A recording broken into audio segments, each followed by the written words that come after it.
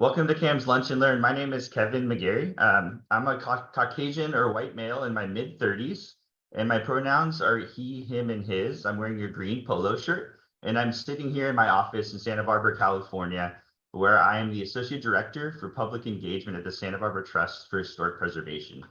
I also serve on CAM's board, and I'm currently CAM's Program Committee Chair, and I'm very excited to share this first of 3 Lunch and Learn programs with you this morning. We have wonderful panelists that are going to be sharing some valuable information for us, and we'll get to that shortly. And we have an introductory video from the person who moderated this in person at our CAM Across California session. So this is a special treat. It was a really well received session at our CAM Across California in the Bay Area. So I just have some housekeeping things to go through for you. So this webinar is being recorded and it will be posted to CAM's YouTube, and you'll be able to access it on the website after today. So if you have anyone that you think would be interested in seeing it, they can get it there. Registrants will receive the link via email as well. So if anyone registered but couldn't make it, they'll get the link. Captioning is available, and I think Rochelle, our programs manager from CAM, just put that in the chat for you. And you should be able to get closed captioning from that link. The chat is closed for this session, and this is in order to be more accessible for our attendees who may be using screen readers. If you have questions throughout the panel presentation, please use the Q&A feature. And you can see it here. It's where the blue arrow is on your screen. At the bottom of your Zoom screen, you can find the Q&A feature and ask questions. The questions will be organized, and we'll try to answer as many as we can in the Q&A session in the last 10 minutes of the program today.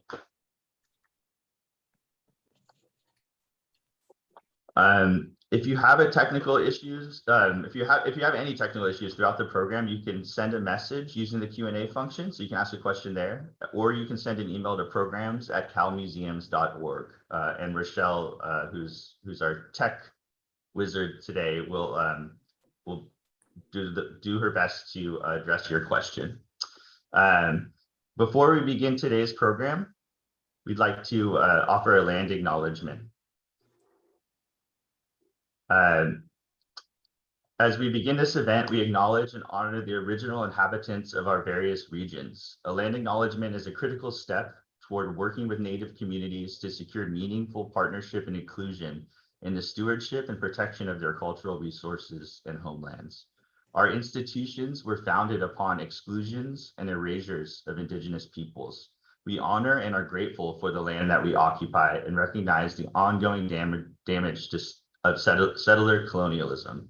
Let's take a moment to honor these ancestral grounds that we are collectively gathered upon and support the resilience and strength that all Indigenous people have shown worldwide.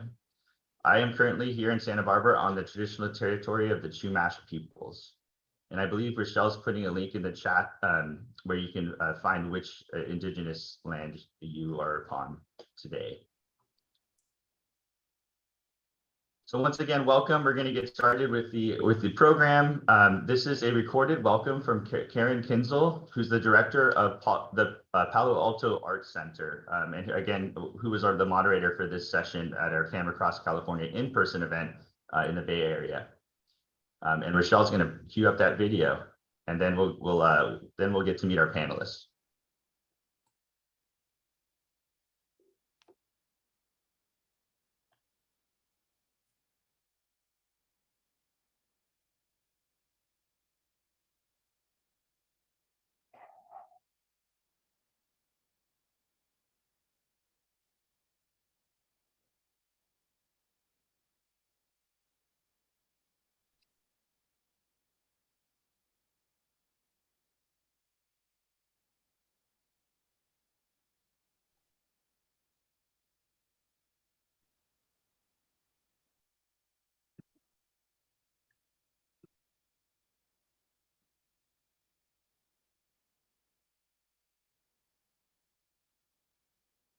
Rochelle, I think we're having some audio trouble. You want to try again?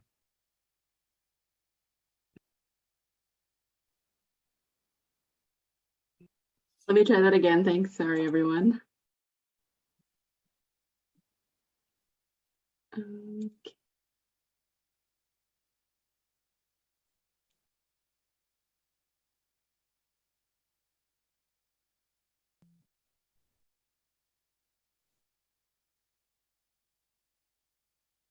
All right, this should do it. Let me know if it does not come through. Hello, my name is Kienzle and I'm the director of the Palo Alto Art Center. I'm a white woman about 50 years old with reddish brown hair, about shoulder length. I'm wearing a kind of aqua and blue printed sleeveless top with turquoise earrings. We are here today to talk about creating and sustaining access. Welcome.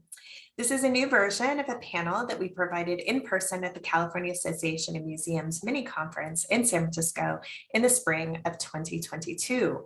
I'm here to provide a virtual recorded introduction to the discussion that a group of incredible colleagues will augment with a live discussion and Q&A.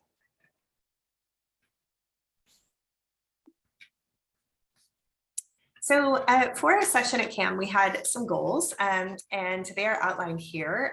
We would like to extend these goals into this lunch and learn session. We'd like to introduce you to a diverse range of museum professionals and accessibility programmers about our work to develop and maintain accessible programs, exhibitions, tours, and experiences in art museums and historic houses.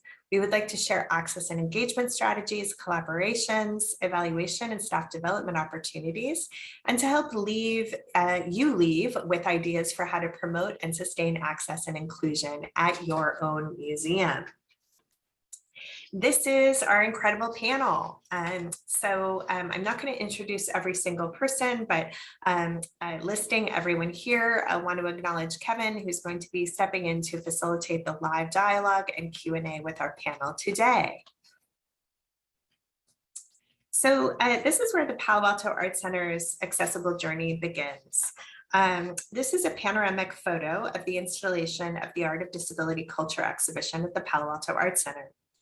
It includes a photo mural at the back right, featuring photographer Anthony Tesler as a young man, and adjacent, some of his framed photographs. A floor labyrinth installation by artist Maia is in the foreground, and mixed media paintings by Catherine Leche Chong are at the back.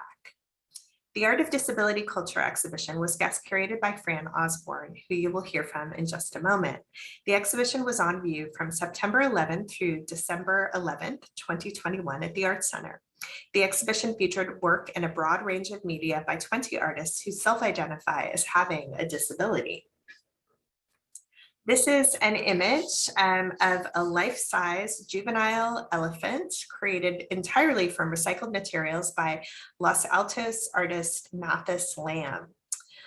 We had some goals for the exhibition that Fran and I worked to create at the onset of this show, and they're listed here: to introduce audiences to and create opportunities for celebration around the connectivity, ingenuity, resilience, and creativity of the greater San Francisco Bay Area disability community, to encourage audiences to understand the ways that creative work by people with disabilities has made a positive contribution to our community and world, to reveal the complexity and diversity of the disability experience, to provide access to the exhibition for diverse audiences through the use of access features like audio description, braille, large print labels, caption videos, seating, advanced access information.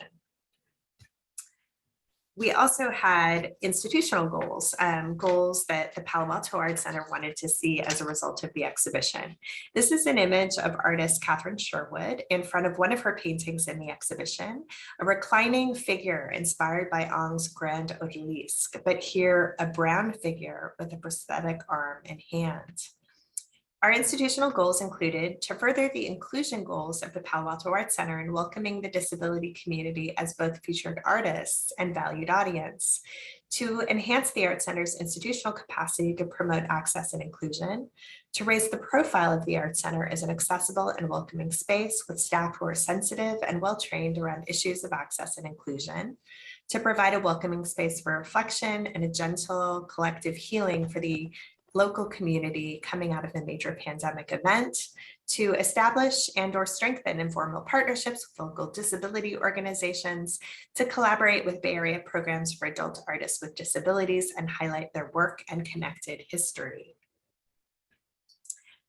This is an image of a visitor to the exhibition at our Community Day event using their phone to access one of the QR codes in the exhibition. So this is a list of some of the access features that we created as part of the show. QR codes linked to audio recordings of visual descriptions of works in the exhibition, Braille labels, large print labels, a video recording of Fran's walkthrough of the exhibition with captioning, ASL interpretation and captioning for public programs, and an advanced planner social narrative. This is an image from our Community Day event. In the foreground, there's a man seated on a scooter. There's a guide dog in the middle of the space next to a wheelchair user, another wheelchair user. In the back, next to the title wall, there's an ASL interpreter and Fran Osborne starting an exhibition walkthrough. So these are some of the programs that we organized in conjunction with the event.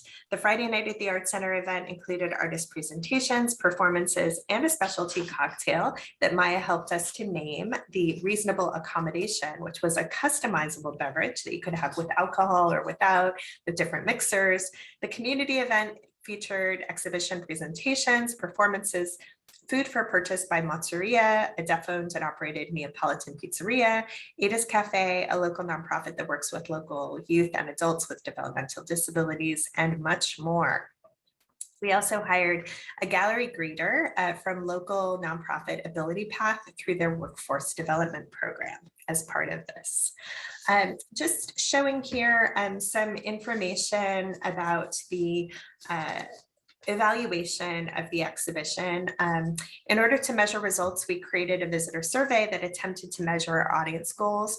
This was a survey that I worked to create with feedback from Fran.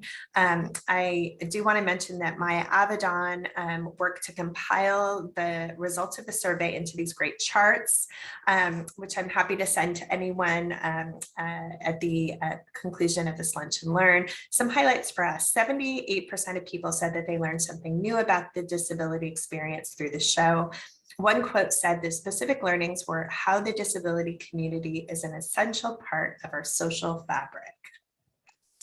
Here's another piece about the evaluation of the show.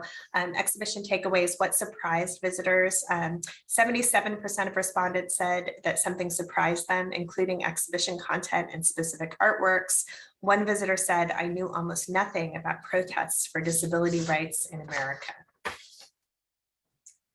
And then we also asked about accessibility, and 95% of respondents said that they found educational materials accessible. We did hear feedback that people wanted the text of the labels available as an audio file. And again, the full feedback results I can make available to anyone if you get in touch with me after this session. So this is an image showing our amazing Art Center staff member, Emer Picardo, our marketing coordinator, behind the scenes at one of our public programs, doing captioning, ensuring accessibility for the virtual component of the event. I just wanted to share how our journey continues after the Art of Disability Culture exhibition. We are continuing to work with an inclusion advisory group to provide input and feedback on our programs and our facility. And we've actually been able to pay members thanks to an IMLS grant that we received to continue the work around centering access that was begun with the Art of Disability Culture exhibition. We've also continued with Braille labels and visual descriptions into the subsequent show, Creative Attention. As part of our IMLS grant, we're doing training for the staff with Prime Access Consulting, focused on general accessibility, accessible marketing, and writing visual descriptions. And we're also looking at how to make our adult art making studios more accessible as well, purchasing accessible tools and equipment. And we're working to create a sensory retreat at the Art Center. So I want to thank you all for being here virtually today. This is an image inside the Maia Scott Labyrinth that she created for the Art of Disability Culture exhibition. This was at our Community Day event where we had the opportunity to have numerous guide dogs on site enjoying the labyrinth with Maia and her guide dog Gleam, who are featured at the center of the image, with several other guide dogs splayed out from there. So really appreciate the opportunity to share more about our accessibility journey and look forward to the discussion with my colleagues this afternoon.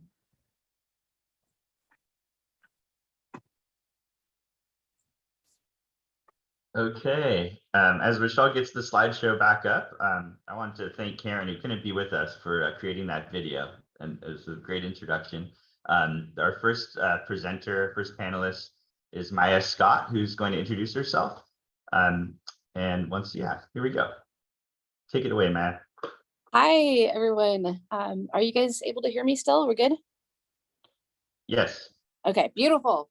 Well, wow, it's great to be here. I am Maia Scott. I'm an interdisciplinary artist and arts educator, and I am in a little cubicle at Lighthouse for the Blind, where I'm working one of my jobs.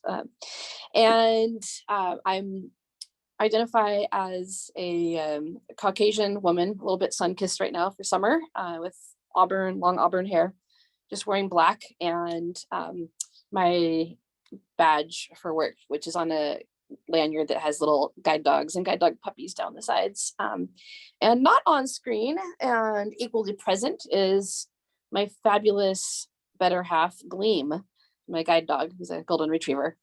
So I really want to get us thinking outside the box, so to speak, where accessibility is related, and thought it might be fun to start things out with a little bit of an experiment, two ways.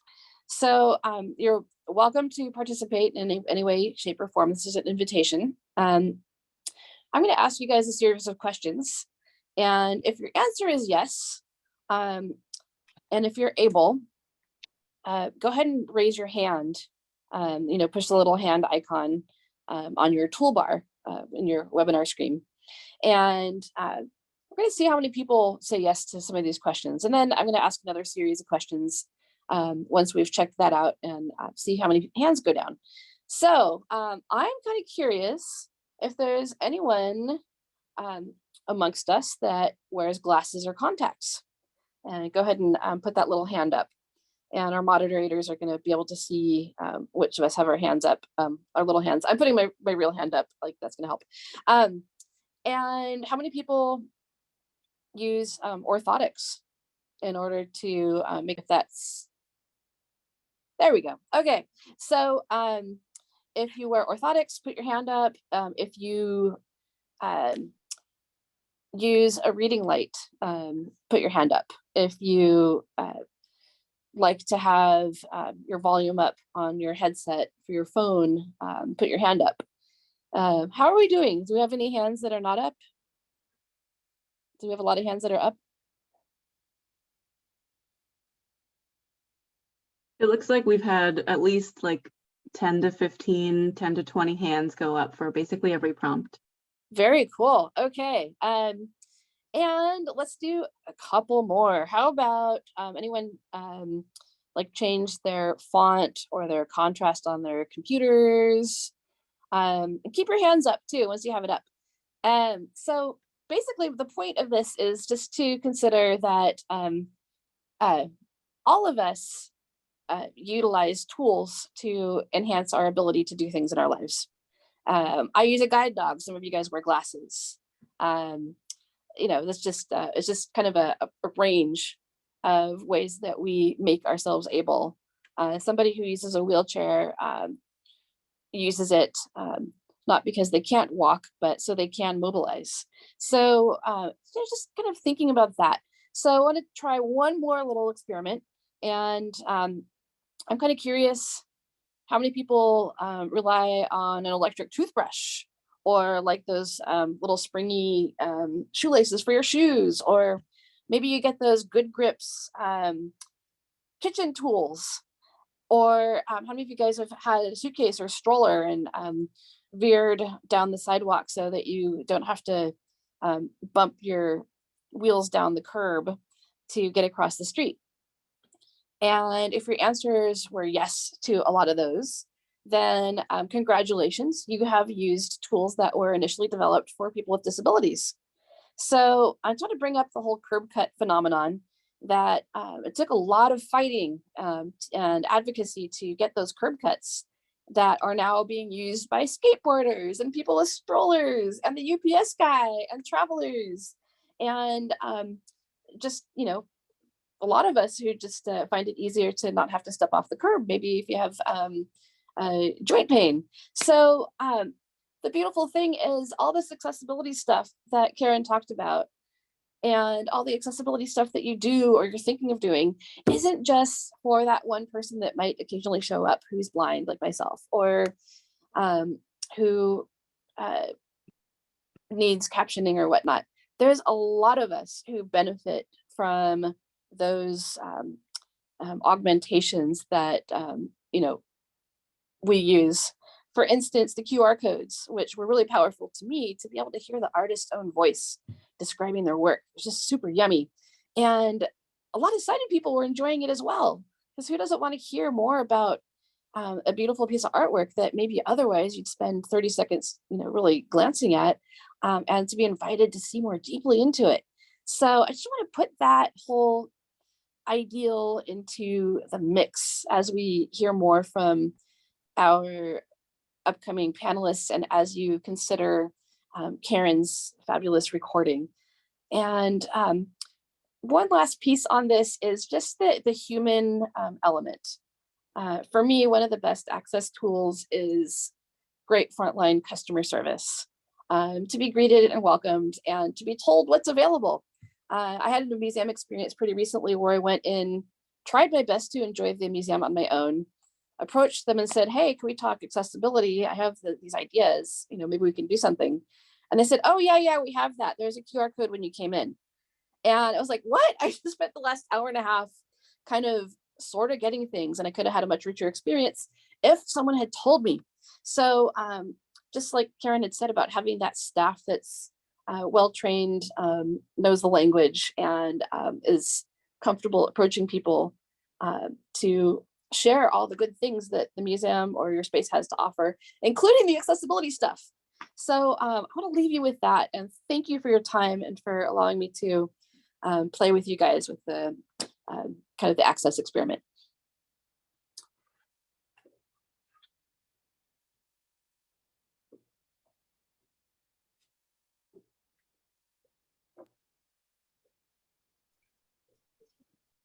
I think we're going to transition to Eva and Lori.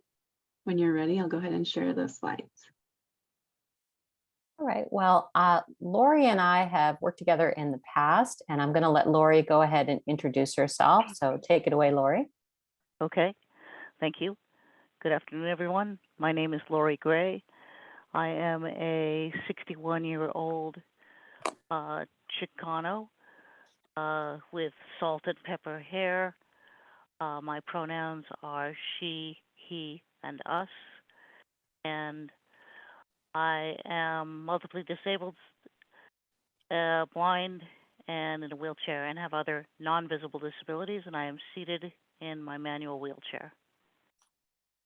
So Lori, I know you and I have had the opportunity to have several really rich conversations about access and museums. And I know with your work with BORP as a program director, I've witnessed it firsthand how amazing you are at making sure that everybody at whatever ability level they are at, whatever they need, they're having a fantastic experience. But what I'm curious about, and I hope you can share with our group, is what is an example of an amazing museum experience that you have had from an accessibility viewpoint where you felt like the museum did everything right?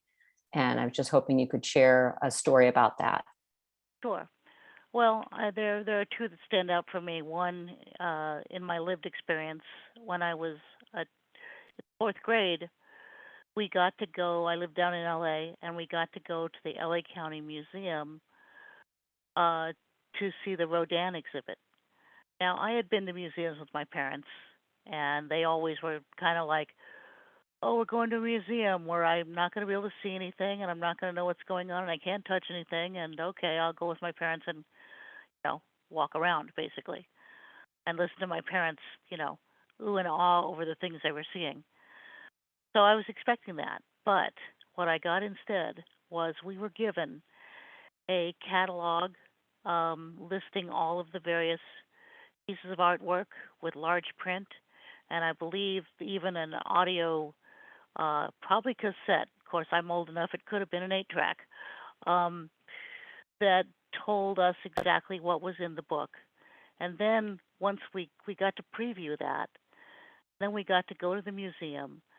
And one thing that the museum did was they used the different surfaces of the flooring, and that signified changing from one type of art to another. And they had taken the time in their audio description to explain, as you notice, as you're now walking on the wooden floor, that you are now in front of the the Rodin exhibit of I believe it's the Thinker, and they had a replica. I'm assuming it was a replica that we got to touch, and it was so profound for me. It changed my whole thinking about museums and what access looked like. And this was back in the mid 70s. So there wasn't a lot of guidance on this front. And it really had a profound impact on me. I just really love that story. And I just think it's such an incredible example of a museum doing everything right, going above and beyond. And also, I'm sure that those levels of access made the experience richer for all participants. Like Maia pointed out, it's not just about one little girl who maybe hasn't had a great museum experience in the past. It's about all kinds of visitors. And then any other thoughts on museums where you feel like you're seeing what's going really well, or alternately, if there's something that museums have a missed opportunity on, something that you think that they should be considering to make their exhibits and their experiences more accessible for all types of visitors? Well, I think that there are two different aspects. Prior to the pandemic, everything was in person, and so in that aspect, you've got hopefully things for people to touch. You've got people describing, whether it's with a docent-led tour or with a audio loop that you're following with different stations, what is going on, and that is really great. When you're in a virtual situation, then the description becomes key, and also what I've done when I've done stuff with East Bay Regional Parks and their visitor centers is they will send out to participants a little what they call a toolkit that has all kinds of like rocks and plants and things to taste that might be at that visitor center, so that when they're talking about those items with participants, everybody can feel or taste or smell the item involved. And it really enriches the experience and makes it multifaceted and multisensory. That's so great. Go ahead. Sorry. I was just going to say, I think that, we've also spent the last 2.5 years kind of in a vacuum. And I think that now we have an opportunity to check in with individuals and or groups and work with them to enhance museum opportunities. Thanks, Lori. As always, your insights are so valuable. And I think it's just important for museum professionals at every kind of institution to realize that accessibility is easier than you think it is to implement, and that by collaborating with people such as Lori or Maia, you're bound to get it right. So thanks, Lori. Always a pleasure to speak with you.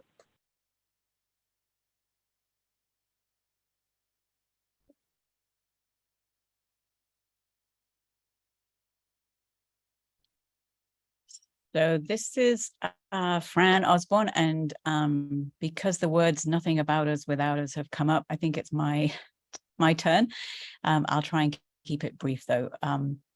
I'm a light-skinned older person with gray hair and purple glasses at the moment, and I'm wearing a sleeveless top because it's very hot where I am, and there's a wood-burning stove which is not lit behind me.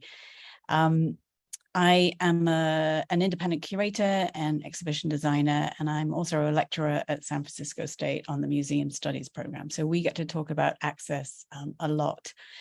And the "nothing about us without us" is the sort of mantra that I try and live by, because I know for sure that if you don't work directly with people with disabilities, you can miss the mark in very serious ways. So if we could have the next slide, please. What you're seeing is the bright red ramp at the Ed Roberts campus, which has been mentioned by Laurie already. It's a disability hub for organizations in the Bay Area. And the reason I'm showing this is that it's a really interesting example of access being a really creative practice. The ramp can actually accommodate 2 people going up the ramp at the same time in wheelchairs. So they are having an equivalent experience that people walking upstairs together would be having. They can carry on a conversation. They're not treated any differently. And shifting your mindset to making access this creative thing that is really inclusive can be quite a difficult thing. But I think the Ed Roberts campus is a really good way of thinking about that. Maybe the next slide, please. And then, as Maia so brilliantly demonstrated, access isn't this other thing that exists over there somewhere that you do as a kind of charity thing for people. Access is actually for everybody. And what we're saying is just a pair of ordinary spectacles that help millions and millions of people be able to read and see more clearly. And although they used to be seen as a detriment, now glasses are definitely a fashion accessory, and apparently quite a few people wear them who actually don't need them, but because they're so cool these days, other people have embraced them. Next slide. I've been working with the disability community since around 2013, and the one thing that people tell me all the time is that the disability community is not a monolith. And what you're seeing is a group of 7 people who form the Comedians with Disabilities Act. So comedy is part of disability too. As Maia said, people are alive, they're living, they're working. They're not other, they're definitely part of our lives.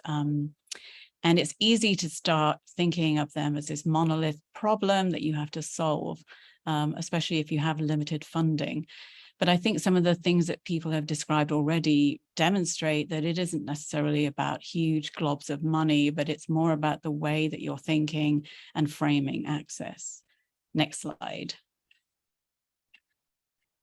Just to have some statistics. So the disability community is the only minority group that we can all join at any moment. And around 26% of the population, 1 in 4 of us, have some kind of disability.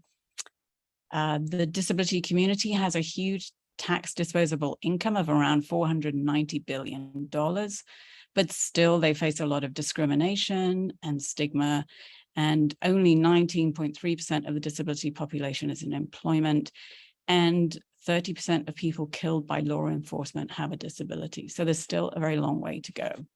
Next slide. I love this quote from disabled designer Liz Jackson, because she says, oftentimes disability means an inability to choose your own identity. Your identity is sort of chosen for you.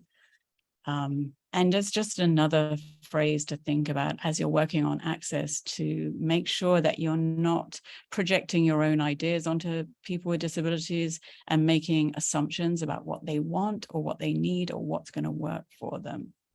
Next slide. This is a view of the opening of Patient No More, which is an exhibition I worked on with the Longmore Institute on Disability, who are a fantastic organization. Please look them up. They're working very powerfully to challenge assumptions about people with disabilities. And it's an exhibition that deals with a protest that happened in San Francisco in 1977 that had Section 504 regulations passed into law. You can look it up, patientnomore.org. And we incorporated many accessible features, too many to go into here, into the exhibition, including visual description. But it was definitely thought about in a very creative way. So the black and white photo mural at the back of the image, instead of having a very plodding description of each photo, the Longmore Institute commissioned 2 poets to give a kind of overall response to the array of photographs. Next slide.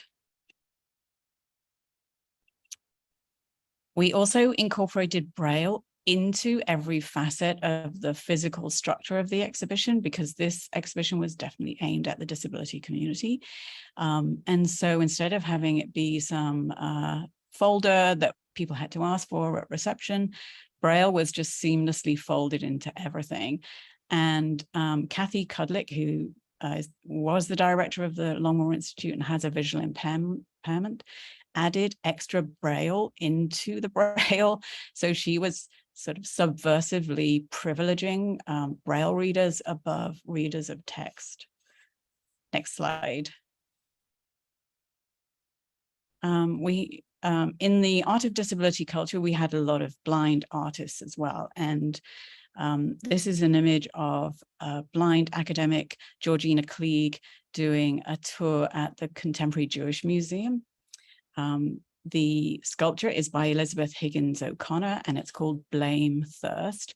It's a huge kind of cow-like creature, and Georgina has her hand inside the object's mouth. And the Contemporary Jewish Museum did a lot of really interesting work with tactile tours that Georgina participated in.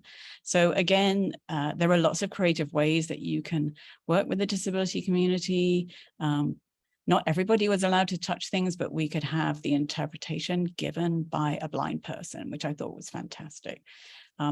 Next slide. And again, another quote, Georgina says, there needs to be an expectation that blind people have something to contribute to cultural knowledge beyond gratitude for this gift of inclusion. Next slide. This is a bunch of people who once were very young and possibly able-bodied. And I always put this in to remind people, if they're very young, that one day you will develop some kind of impairment.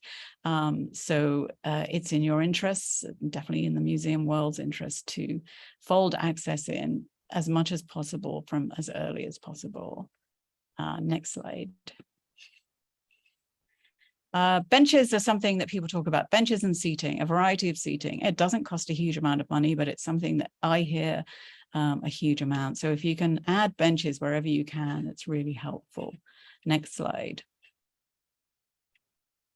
Microphones for public events, really important for everybody to be able to hear properly. But also, please give people with disabilities the microphone to be the voice within your organization, so that they are not just having a seat at the table, but they are being listened to and their views incorporated into how things happen. Next slide. And then finally, this is the opening of Patient No More, and it's really just to sort of say, if you build it, they will come, work with the disability community and become their partners. Don't think you can do it on your own and just tick a few boxes and then you've complied with the law. Think of it as this really wonderful opening where you're going to learn a lot and you may get things wrong, but actually that's part of the fun, and it is a journey for any organization. So that's the end. Thank you.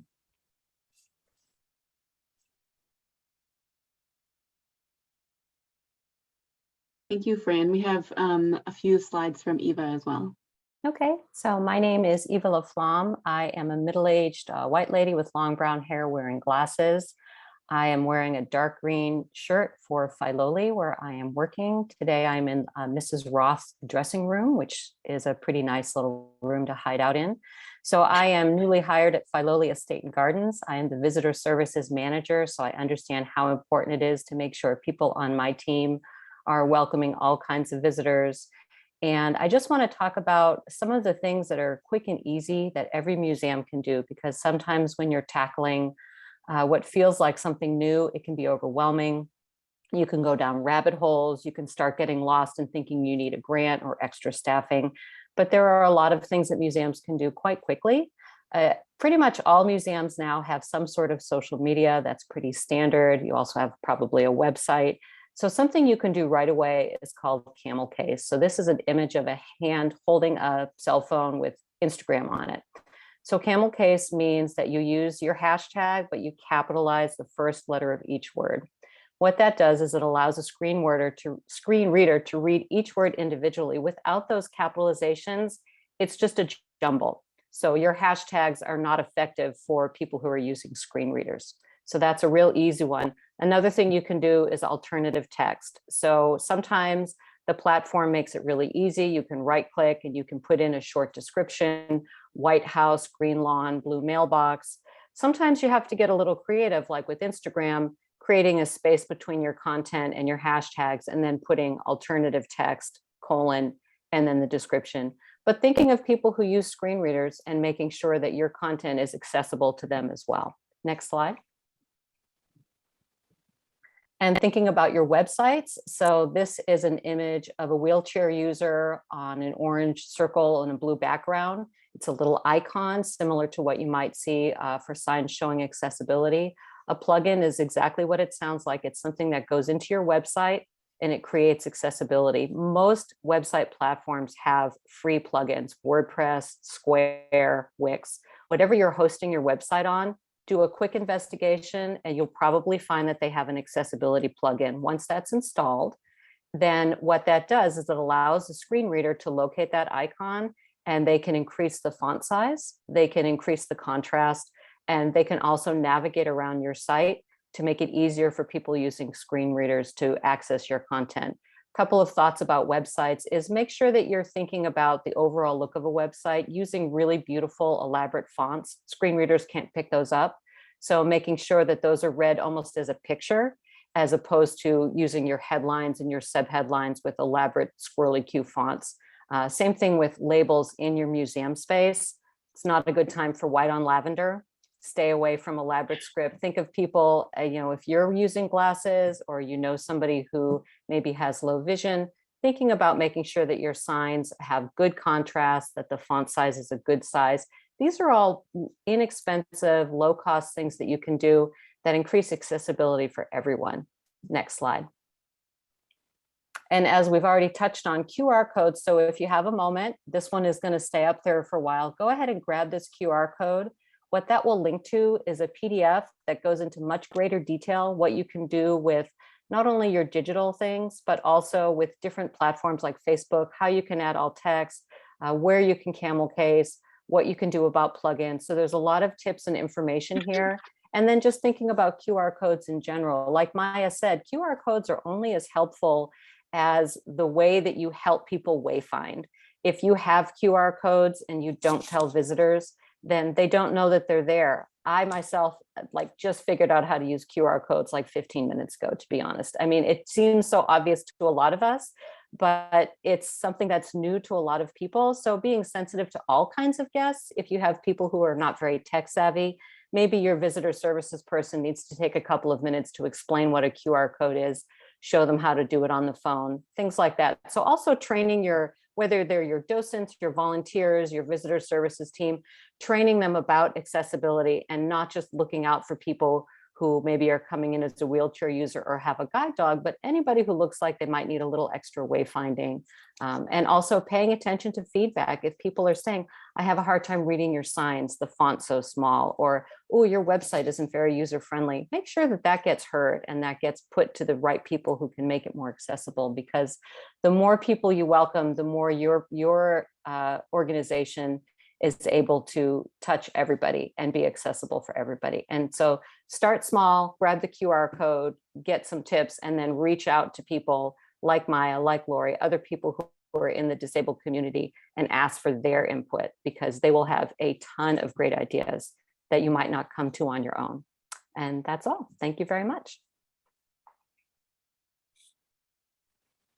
Thank you, Eva. Wow, I just learned a couple tips I didn't know.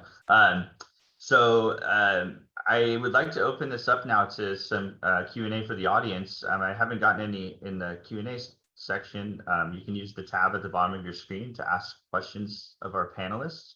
And I'd like all of our panelists to come back. I have a couple guiding questions here we can start with. And it's kind of on a similar tone of which we just ended with. And I kind of was discussing with the examples from Lori and Maia and Fran's presentations as well. Is first question I have for the panelists, and whoever wants to jump in first can go ahead. Again, my name is Kevin McGarry. I'm the program committee chair for CAM, and I'm here just helping to moderate this Q&A. Our first question for the panelists is: where do you think museums are most often struggling and maybe need to improve the most right now, currently in our kind of museum field, when it comes to accessibility, and maybe some examples? Who'd like to take this one first?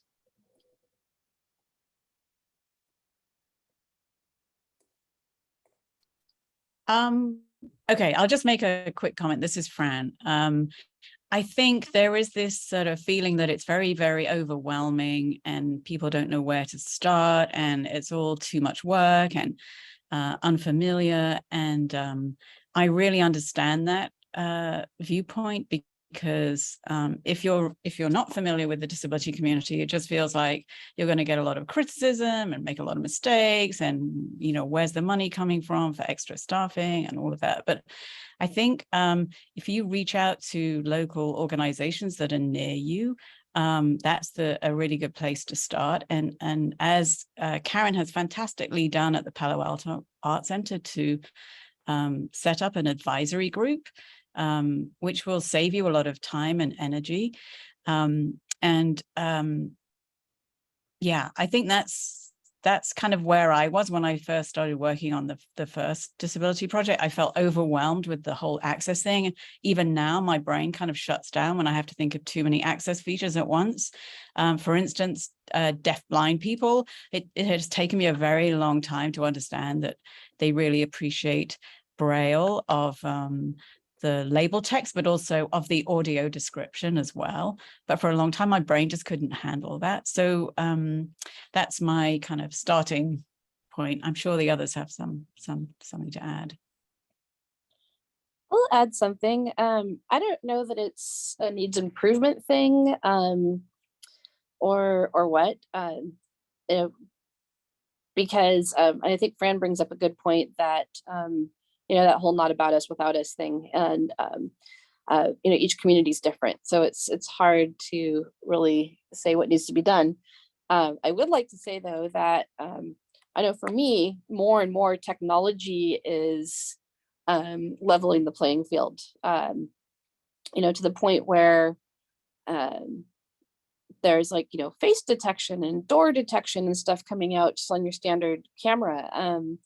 And I just kind of recommend keeping track, just if someone's interested in kind of geeking out on accessible technology, or if you're in touch with one of those organizations where people use it, to find out what new tech is available. Because people talk about using those audio tours, which are these whole big systems and whatnot. And for a lot of us, there is a big tech divide in the disability community. So I want to acknowledge that. But there's a lot of us who would love to show up with our device of choice and our own headset and be able to access information. So just kind of being aware of new technology and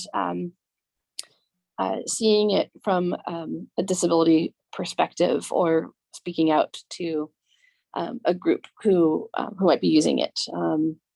For example, Lighthouse has an accessible technology department, and And there's a lot of us who utilize our devices for more than just making phone calls and texting what we had for lunch to our friends. They're, lifelines, literally. And they're making museum access more and more autonomous for me in many ways, with the help of QR codes, good customer service, places to sit down and be out of the way for a moment while I read, all that kind of stuff. So I just want to throw that out there as a thing. Thank you. Both wonderful points. And if is there anyone else on the panel that'd like to address this question? I got a couple in the chat, in the Q&A functions that I can bring up. And also just so everyone knows, we have about 5 to 10 more minutes left of our program. So if you have a question, I'd urge you to use the Q&A. I do have one from an audience member, D, who asks, and this is for you, Lori, and maybe Eva and Fran can jump in. They have some things to add. But you says, Lori, you mentioned art replicas, which really piqued my interest. 3D textured prints are amazing new technology. Are any ideas of how to affordably replicate fine art intended for touch? Mm-hmm. Wow, that's a good question. I am not probably techie enough to answer that, but I would put it out to my colleagues. But I would love to see what you come up with and touch it and feel it and keep in touch about what you're doing with that, because I think that's potentially a great option. I was thinking Fran or about Eva? you, Lori. Sorry, go ahead. Go ahead. No, I was thinking about when Fran and Maia were speaking about, you kind of turned me on to the idea of tactile exhibits and how important that was for folks who are blind and low vision. And Right. it got me really thinking. And so a couple of things in terms of replicas: be creative, reach out. You might have a library group or a local community college that has a 3D printer, and they might be looking for opportunities to do scans. So get creative in your network, find out who's got a 3D printer. And then in terms of, like, first of all, get your collections people to be your best friends and buy them cookies and tea before you say, hey, I'm going to take your things and go make copies of it. Because all the collections people and registrar people are like, oh. But ideally, you want to see if you've got a community partner that has a 3D scanner. You're not going to be able to do a giant sculpture, but you could do small things. And also thinking about learning exhibits. That's a very common thing that you see in children's museums, where here are the things that you can touch. Get beyond the idea that that's just for children. That's for everybody. People like touching the things. And so what's in your collection that maybe hasn't been accessioned? I know historic houses usually have basements chock full. So maybe there are teacups or other things in your collection that your collections people can say, you know what, we can use this as a learning exhibit. So that's what I would recommend, because having things for people to touch. And again, it's not just for accessibility. People like touching the things. Can I chime in as well? This question just makes me really smile because, like Eva said, being creative. Like Lighthouse here has Mad Lab, and I don't know what their prices are, but you could hire them to trim down your piece of art into its basic forms and create 3D prints of that. Like with swell printing or thermoform or whatnot, different types of printing that does tactile graphics. Again, your library, if you have a service or disabled student services at a college, might be able to do tactile printouts using software like Firebird, which converts it into basically like Braille dots. You might have art students who would be happy to make a replica of something. Do you have extra or damaged replicas of things in your store that you could bring out? I've even heard of a docent who had some jewelry pieces that resonated with the flavor of an exhibit. She brought them from home to share with students on a descriptive tour to give them a flavor of Art Deco and what that looks like. So there's a lot of possibilities out there. Elmer's glue even. Can I interject? Go ahead. You go ahead, Laurie. Oh, I was just going to say, the one thing I've seen that was cheap and effective was we were trying to simulate the length of a whale at an exhibit. And so the docents took a rope and they made knots. And they said, okay, walk between this knot and this knot. That's the size of a dolphin. That's the length of a dolphin. Go further. That's the size of a whale. And it gave perspective. And that was a really cheap little tool. Brilliant. Okay, go ahead, Fran. I was just going to say it's also easy to get it wrong as well. So make sure that you consult with visually impaired and blind people before you embark on a huge project that they may not actually want. Because I nearly did that with some tactile photographs. And I was very happy to find out that that was kind of not necessarily very interesting or wanted. So make sure that you're working with the disability community. Yeah, so that actually is a great segue into our next and probably final question here. And it's directed mostly at how the Palo Alto Art Center, how they went about establishing the advisory group. And maybe Maya, you have some insight there. Karen, I know Karen says in her notes and probably mentioned in that intro video that they were able to get funding through the California Humanities and through the Institute of Museum and Library Sciences American Rescue Fund. I think funding is a big question for a lot of people and a big, obstacle for this kind of thing. I know it is for us at my organization. So I guess the question is, what advice, and this is a great question from Jen in the audience, what advice do you have for other organizations looking to begin an advisory group kind of process or reaching out to the community and starting to actually try to get funding for these kinds of things to improve accessibility? You want to jump in with that one, Fran, first, or what do you say? Yeah.